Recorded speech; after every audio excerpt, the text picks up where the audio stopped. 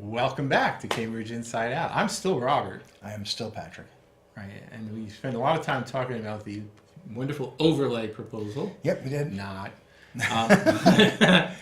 So maybe we move on to some other things here. So now, my understanding, there was an economic development committee of the Cambridge City Council. Was it the one that met today? Yes. About what was the Retail vacancies was the topic of this meeting. It was an economic development committee meeting with led by Councilor Siddiqui and Lisa Hemmerly and Pardis from Community Development came and gave a presentation about our retail vacancies in the city. The good news is our vacancy rate is 2.2%.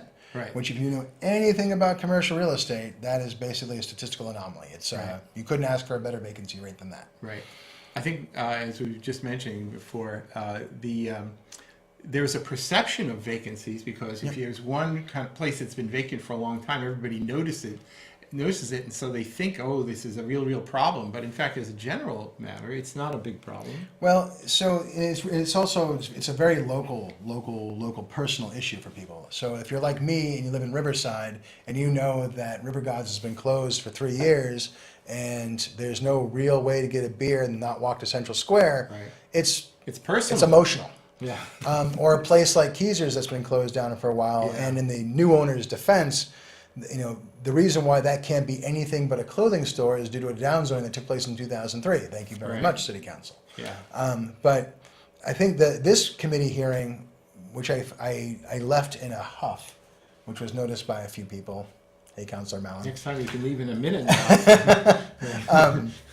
It was extremely frustrating to listen to a conversation that I've now heard in this city for 10 years, every couple of months, about what's to be done about retail vacancies. What can we do to incentivize landlords or penalize landlords? What can we do to prop up local businesses or give them money or create financing or blah, blah, blah, blah. And with a show of hands, like how many people in that room have owned a retail store or have ever been a retail landlord? And it's very frustrating for me, being someone who deals with this on a regular basis, to listen to people talk about it sort of in the academic who have no pragmatic experience with the subject whatsoever. Right. I find it very amateurish the way they actually approach a lot of these things. So they don't know what they're talking about so much. And I'm not saying that just to be mean. I'm just saying is that it's just not part of your field of experience. Right. I know a lot about mathematics, but you asked me a question about art history. I'm just going to be making it up. Right? And I feel like there's only so much Google can teach us. Yeah. And sometimes it actually feels, that the counselors, it's like they're OJTs, on-the-job trainees, where they're just sort of learning it as they go. Well, you stick around long enough, I guess maybe one day you become expert, right? But that's just not the state of affairs. Yeah, maybe it's just human nature to want to have that single solution that solves all our problems. But with retail in particular, you need to attack it from almost 17 different angles to really achieve the goal you want to achieve. And they were sort of scratching their heads trying to think about what the best way to approach this was. And the answers was actually sitting down at the table in the form of Denise Gilson, Jason Alves, and Mike Monastome, Michael M. From the Central Square Business Association, who are on the ground floor, who know all these landlords, who know the retailers, who can actually create a fast-track dialogue with them. It's an organic thing. You actually have to sit down with the human beings. And, I've heard one landlord is not the same as another landlord. You can't sort of treat them with a broad brush. Their situations are different. Their personalities are different. Yes, they are. Their priorities are sometimes very different. And so the notion that you're going to somehow come up with a legislative solution, it just ignores the organic nature of the entire affair. There's a real human element to it, especially in a place like Central Square, where we have lots of private ownership, not in corporate entities, where I can go knock on the door of a landlord and say, listen, your space has been vacant for 6 months, 8 months, what are you doing? And have that conversation with them and get some positive feedback. Even for the larger corporate ones like Mass and Main, that they're staring at like 9 or 10 vacancies in their building once they open. I will walk. Jesse Bear-Cotton, how you doing? I've been calling you and emailing you. Fido is his company? Correct. Telling him, here's a good one. Here's a good one. Put these guys in there. Put those guys in. And at least they're open. There's a dialogue. But you have to continue to do that. It's not my job to do it, but I'm crazy, you know that. So I don't mind. But where my building is on Main Street, I'm converting it into a hotel, and I need a retail tenant for my Columbia Street side. I'm going to curate that, and if I have to bring in somebody who I think is just absolutely perfect, and make them pay nothing for rent, I will absolutely do that to build the space, because right now you have to build it before people will go to it. Well, I would say one of the things that's a great advantage in having a person like you as a property owner in Central Square is you're very, very connected in every which way. You know, one of the problems we sometimes have is the sort of the faraway owners, people, and they don't even have to be physically far away. They're just sort of detached from the ground floor of ground floor retail. You know, we still have a few property owners in Central Square who are hands-on kind of people. You know, well, I look at that place like Harvard Square actually is struggling, I think, in many respects because they've lost some of that. Well, there's John DiGiovanni and Denise Jillison have done have taken on a difficult task of trying to help cultivate and curate retail amongst landlords that sometimes are not interested to hear what they have to say. John has a very interesting way of underwriting his tenants that I won't get into now, but it's very organic and it's very hands-on. That's right. And it's really kind of a great model for how you should treat tenants. Yes. The problem with Harvard Square, though, is right now the rents there, according to this meeting I just went to that was serviced by city officials, city councilors, people who know stuff, they're saying that the rents are about $100 to $150 a square foot. That is BS. It's closer to $250 to $300 a square foot if you're going in brand new. The problem with that is that if you're Crema Cafe or you're the man in the yellow hat, well, Curious George is handling. Yeah. You can't afford those kinds of rents, no matter what you're doing for retail. It doesn't matter, even if you have online components. Now, the way I've always understood retail, and again, I've never run retail, so I don't know, is that if you can't make it in the $200 square foot space, there was always, as long as there was other available spaces where you could still be successful, even if that meant moving into the smaller retail districts, even if it meant, some places that you could operate off of Prospect Street as opposed to in the middle of Harvard Square. It may not be ideal, but the thing is that when you do the trade-offs between the rent levels, and the customer base or whatever, you can still make it a success. Enter our city council through the past couple of decades. You take an area like River Street and Western Ave, which used to be a BA district in 2001 and 2002. In 2003, it was downzoned to a BA3, which effectively killed the possibility for any further retail growth in that area. Right, and that's a strip that actually had spot retail that were popular and well used. Yeah, and it has it towards the end of River Street. And Western Ave, but in the heart of it, until you get to Central Square, there's nothing. And places like Keezer's, which is an iconic building, somewhat iconic location. I wouldn't call it iconic building. You can knock that thing down. I wouldn't care. But it's a single standing commercial building in a BA3 district. And if you know anything about anything in zoning, I'm going to tell you, it can't be used for anything other than a clothing store based on its zoning. Yeah. How does that make any sense whatsoever? Doesn't make any sense. So if you're the owner of that, and you are, people are the city saying, well, you have a vacancy and we're going to tax you and you're being a terrible landlord. You're saying, well, what the hell? I'm not going to put a clothing store in here. No clothing store wants to go into this space. You could charge them $1 a month for rent and they still wouldn't be able to afford to survive. Right. So, there's a zoning component to this retail business that the city council, maybe because historically these uses were apart or we didn't want a restaurant next to a house, but we live in the city. Right. That's how we live. I want. Well, the thing is, you can have a house. I live in a small resident mixed-use area. Yeah. You can, so I've lived next to an auction house, which is now a coffee shop. We have rock and roll daycare right next to me as well. So the thing is, you can do this, but it works well as long as you developed at least some sort of marginal relationship with the neighbors. And you have rock and roll daycare. Right, and like I will tell you, commercial neighbors and residential neighbors can develop a rapport. You can do it, but you need to cultivate it. Oh yeah.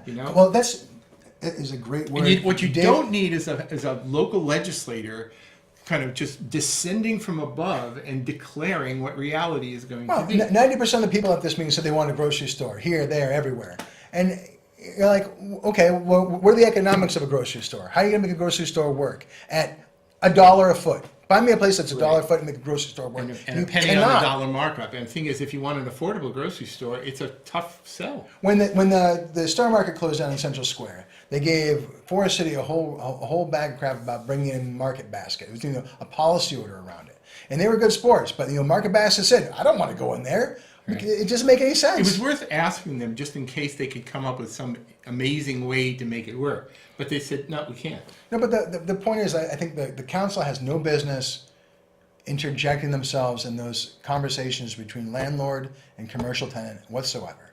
And if you want to have the kind of mom and pop shops that you imagine that you do want to have, you have to change the zoning to allow for that. Because right now the zoning does not allow for that.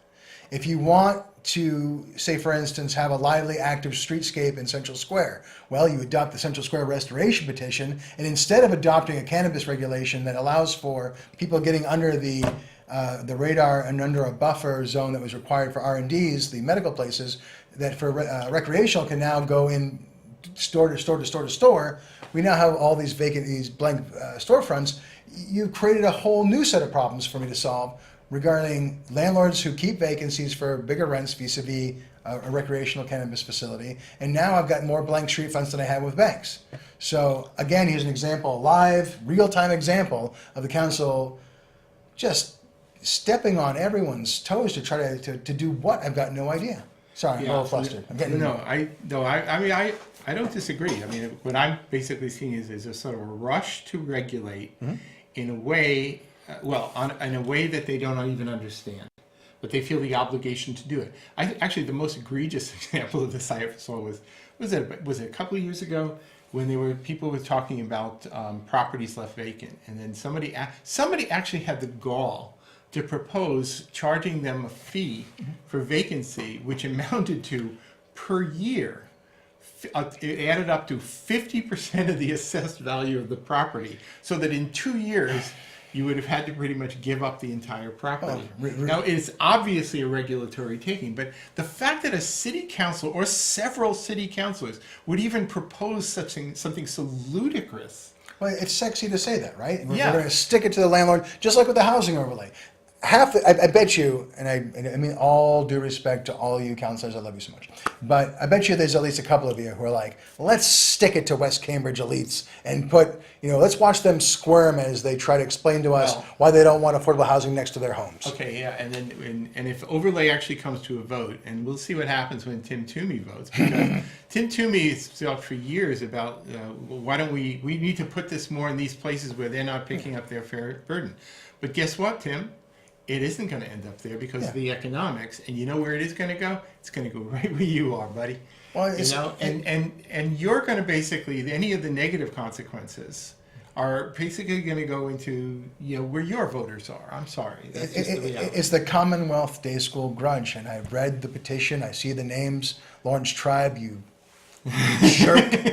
But that was a huge mistake. That was something that Brattle Street's going to own forever. But you're not going to fix it by doing this. And just like with this, the equitable or social empowerment licenses for cannabis, the cannabis, yeah. You're not going to spread equity amongst the population vis-a-vis this particular ordinance. Who do you think is going to supply the recreational facilities with the product? It's only going to be the large groups that you've already brought in here. There's two guys in town. Two producers. There's there's ExxonMobil and Shell. That's right. So it's not exactly a monopoly; it's a biopoly or whatever. Yeah, well, no. But the thing is that's what you're doing. You're empowering the few. Yeah, and everyone who's getting an empowerment license. I can certainly respect the desire. They say, okay, fine. If there's a new industry being legalized, like cannabis, right? Then the first thing is the people who are going to rush in. Honestly, they'll come from all over the country to come and open up shops here, right? Of course. So it would probably be the people with the gelt. They would just come piling in. It's not cheap. So I can certainly understand the desire to make sure. Well, we don't want it to be just those folks because we want other people around here. Some of the criteria, these sort of social equity ones here, just seem a little too controlling to me. Right. And I'm going to even say this much too. Bordering a little on political patronage too, because when I was seeing some of what they had some meeting about this here, and I was seeing some of the players who were trying to get this sort of equity license to see, I say, oh, this person's connected politically to this person, that person here. It was a little bit of a who's who, but Yeah. but tying this back into retail vacancies, you want to have the mom and pop shops, you want to have little retail, you want to have little clothing stores, you want to have little baseball card shops and little cutesy places you can go to. Well, you're not going to get any of that because right now you've set the stage for side streets and BA zones, which are neighborhood retail zones, which you can't build any more retail in those zones. And then on the main thoroughfare, where it's even twice or three times more expensive, everyone is now waiting for a cannabis shop. Right. And you can see how many on that list? What? 20? Yeah. It's a big list. Yeah. And they're all obliged to have like community meetings just to sort of introduce themselves. And there's like one a day. I mean, it's amazing. There's one a day, and it'll continue. And some of them are ones that are opening up as a marijuana retailer. Mm-hmm. Some of the ones who opened up as the medical marijuana dispensaries who are now. And it was never anybody. I don't think anybody ever made a secret of the fact that one or all of them were eventually going to. Of course, when you. At least a few city councilors at the time said, "Oh no, that's a totally separate thing." Well, they all received a little bit of an education last night when the city solicitor reminded them all that I think the 5 that are in the city by right can become recreational. Just so like that, yeah. There's nothing the city can do about it. Yeah. Now it'll be interesting to see how this plays out in a place like Central Square, where there were 3 applicants within sight of each other. Yeah. Now, when they did pass the zoning regulation, correct me if I'm wrong, but there was a minimum of how 1,800 feet. 1,800 feet between the outlets. Now, I was told they said, well, they're gonna waive it for the social equity. Yep. ones. Yeah. So what is it? So you have one sort of regular market one, and then you have a social equity one, and then what if there are 3? So honestly, if you're looking at zoning and just looking at it academically, what does an 1,800 foot buffer have to do with social equity? Right. So why are those 2 things tied together? Were we keeping them separated because we wanted to create a zone in between that 1,800 feet of R&D spaces to allow for recreational places to go under the social equity license? I don't think so, because that was never articulated in any conversation I ever heard.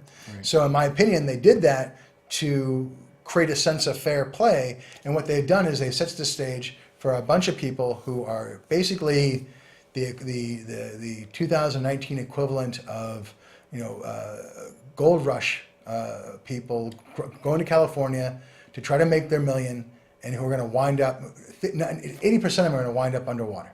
Yeah. And how is that? Oh, so how is that equity? How is that? If the state legislature makes the appropriate modifications, and I know they're being lobbied to do so, right now it's basically medical marijuana dispensaries, recreational marijuana purchasing, like a retailer, but there is no such thing, as far as I know, as a cannabis cafe, basically a place where you go to, smoke with your friends, right? But the thing is, that'll be a 3rd category to come. And I'm not anti-grass, but if you're a club owner, you must be having waking up in the middle of the night in sweats. Someone comes to your club, especially if you have 18 plus shows. They seem fine when they walk in. 10 minutes later, they're curled up in a ball, sweating, thinking that there's spiders crawling on the wall. And you got to get an ambulance. Now the next thing you know, you're at the license commission, getting your butt kicked for God knows what, because you have no idea what the hell just happened. Yeah. And again, the edible market is, I have nothing against it, nothing against cannabis, but it just really is a big ball of just tangled up. Yeah. So anyway, it's the comic part of this is watching 9 city councilors who don't really understand this very well. It's weird to watch them talk about it though, because they're oddly enthusiastic about they're talking about how the market's going to play out and letting the market do its thing, and I'm like, whoa. The same people who want to take by eminent domain every single property in the city are talking about market forces. The same people who never talk about market housing are now saying market forces for the cannabis industry is okay? Some of the very same people who are talking about, the market this and market that, then say, and that's why we need to impose rent controls and commercial. I heard a councilor talk about rent control for retail today. I mean, I've heard that many times before. But you got to think, how the hell does that work? You're saying Robert Winter's peanut butter and jelly stand gets an equity license, but my birdhouse shop does not. I'll need that because I was denied peanut butter as a child. and we really have to make. Why would you ever leave if you're under a subsidy? Why would you ever even let someone in and get a chance? It's the same problem of housing rent control. It doesn't promote any kind of spread of equity amongst larger groups. It just picks winners and losers. Right. And it's actually quite arbitrary the way the proposal. They're coming fast and furious now too. It's election season, my friend. Right. So, for example, there was a cap, sort of a more of a rent stabilization thing happened in Oregon, where you couldn't raise the rents faster than more than 10%. More than 10%, right? There was one other level in there, but so what they said, we're just going to copy the Oregon rules. But then what do they file? They say it can go up no more than, I think it was something like 3%, or the rate of inflation, whichever is lower. In other words, whatever Oregon was okay with, and maybe that's good, maybe it's not so good. They were going to just dramatically thrash it down. Just a general appeal to anyone who was alive during rent control in Massachusetts, who went before a rent control board, who dealt with people involved in rent control and dealt with ISD. Do you for 1 second trust those people to bring back regulations like that and take control of your home and your property? Do you trust any of those people, especially the younger guys who are now coming in, who were not involved in any of this conversation, saying, it's not your mother's rent control, it's not your parents' this is a different thing. Do you trust them to give them the reins and control your property? I really hope not. And do you think that once you establish it with a certain set of regulations, that those regulations will be static furthermore, or will they simply tighten the screws? Of course they'll tighten the screws. Yeah. So it's sort of the wrong road to go down in my view. But how do we start talking about rent control? But politically, it sells on Main Street. You have a lot of people who are paying high rents, and you basically promise them the moon. If you're in a city where the renter population is like 68%, and that's the voter base, I think you found the song you need to sing, right? Right. The problem is with that is it's not a genuine conversation. It has no chance of actually passing in the way that they're saying it's going to pass. It's talking about taking the clock back 20 years on housing construction and development and everything that's making our cities great and difficult, and saying we want to start over. But let's continue to focus also on the fact that Boston metropolitan area. It needs to flesh itself. It needs to fill itself out a little too.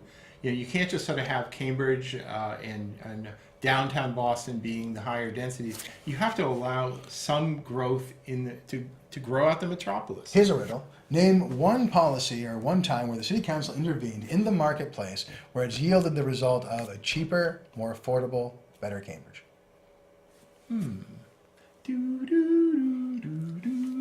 Exactly. It's never happened. The more things they do, the more expensive and the more difficult it gets. Yeah.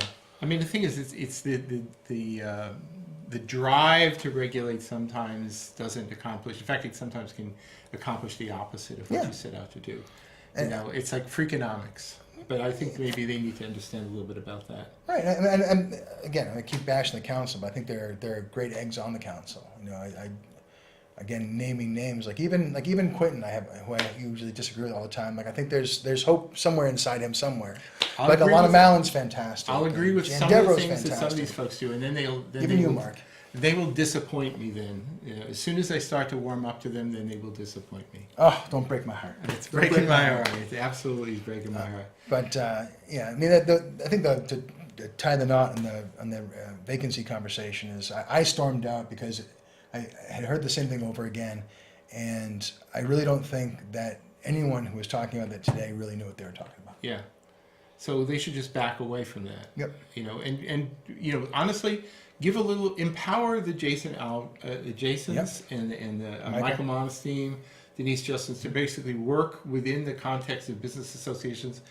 It'd be nice if there was more of a citywide one, because it's not everything is Harvard Square, Central Square. No, but Jason actually spoke up at the meeting and said, we actually reach out to owners and whatnot. We try to work with them, and we're also super competitive with each other. Like I have a plan. I'm stealing every single Harvard Square business I can get my hands on. Yeah. They're all coming to Central. They're going to pay a sixth of the rent they're paying up there, and Central Square is going to become the place everyone wants to be, and Harvard Square will continue to be. And economically speaking, this is how it's supposed to work. Absolutely. And it really can work. Yeah. And honestly, you look at Davis Square is sort of a cool place. Well, when Harvard Square sort of headed south to some degree, Davis Square became kind of the cool place. Yeah. In other words, they did it better. They did a better job. They competed better. In fact, that's where everybody wanted to be cool. Yeah.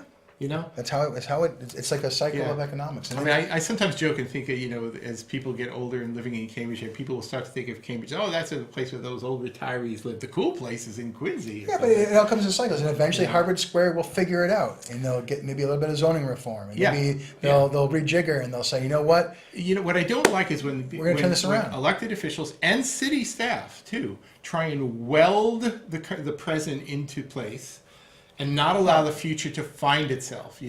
People shift around, people move, businesses relocate. And the thing is, if you don't just let it shake itself out, you'll never ever find the kind of efficiencies that you really need to make things better, affordable, more fun. I mean, again, this counsel, this qualifying pragmatism we're talking about.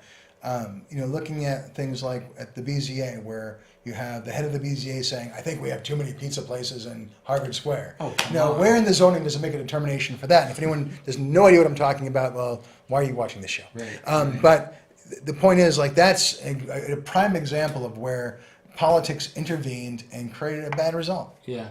The thing is you don't want necessarily let everybody just go hog wild in every possible way, but be thoughtful in how you regulate to allow people the flexibility and freedom to be interesting, to be good, to compete successfully. Yeah. And things will tend to work out far better than all the kind of controls you think you're trying to implement to make a good outcome. Exactly right. That's the way that goes. So should we go buy a bag of grass, or?